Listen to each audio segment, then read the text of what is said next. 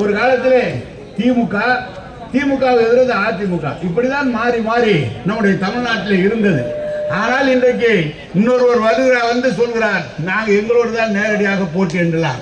திமுகவோட போட்டி போட உனக்கு தகுதியே இல்லை தம்பி. நம்முடைய பாலுவோடு சொன்னது போல நீ வந்து நம்முடைய கலைவாணன் சொன்னார், நான் பார்க்குறேன் அப்படின்னு என்கிட்ட சொன்னார். நான் அப்படிலாம் சொன்னேன், நான் முதல் நாள் தான் வந்துட்டு போகிறான், நீ மறுநாள் அதே இடத்துல கூட்டம் போடுறேன்னா வானா அதை அடிச்சு காமிக்கிறேன், நான் அடிச்சு காமிச்சு. எனவே நான் இதை சொல்வதற்கான சும்மா இருந்தவனை கிளப்பிட்டீங்க. இனிமேல் அது மறுபடியும் 2021 மீண்டும் தமிழ்நாட்டுடைய முதலமைச்சராக தளபதி அவர்களை அமர வைக்கிற வரை இந்த போராட்டம் ஓயாது. பழனிசாமி எல்லாம் முதலமைச்சராக இருந்தார். 4 வருஷத்துல அவர் என்ன செஞ்சாருன்னு பூரா தெரியும். அவர் இன்னைக்கு சொல்றார், 4 வருஷம் கழிச்சு தமிழ்நாடு ஓரணியில் மக்களுடன் ஸ்டாலின் இப்ப ஆரம்பிக்கிறாரு. ஏன் ஒரு 4 வருஷம் என்ன பண்ணாரு அப்படின்னு சொல்லி பழனிசாமி கேட்டார். நீ 4 வருஷம் ஊட்டி இருந்துட்டு 4 வருஷம் கழிச்சு தானே நீ வெளியே வர, நீ எதுக்கு வந்தியா அதுக்குதான் வரணும்.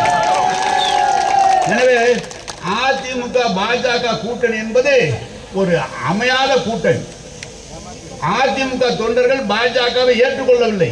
பாஜக வந்தால் நிச்சயம் இந்த கபலீகரம் அதிமுகவை கபலீகரம் செய்துவிடும் என்பதை அதிமுக தொண்டர்கள் செய்கிறார்கள். எனவேதான் நம்முடைய முதலமைச்சரை, அங்கு அவரின் மக்களுக்காக உழைக்கிற முதலமைச்சரை காப்பதுதான் நம்மளுடைய கடமை.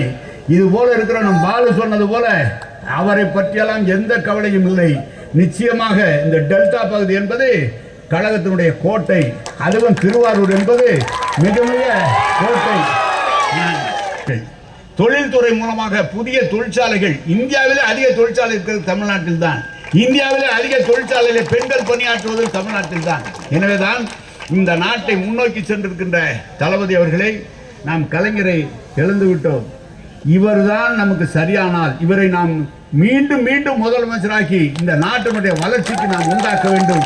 அதற்காக நாம் தொடர்ந்து உழைக்க வேண்டும் என்று நான் கேட்டுக்கொள்கிறேன். செய்திகளை உடனுக்குடன் தெரிந்து கொள்ள கீழ்கண்ட கேபிள் மற்றும் டிடிஎச் நெட்வொர்க்குகளில் எம்நாடு செய்தி தொலைக்காட்சியை காணுங்கள். பாதகம் செய்பவரை கண்டால் நாம் பயம் கொள்ளலாகாது பாப்பா. மோதி மிதித்து விடு பாப்பா, அவர் முகத்தில் உமிழ்ந்து விடு பாப்பா. அண்மை செய்திகளை உடனுக்குடன் தெரிந்து கொள்ள இணைந்திருங்கள் எம்நாடு தொலைக்காட்சியுடன்.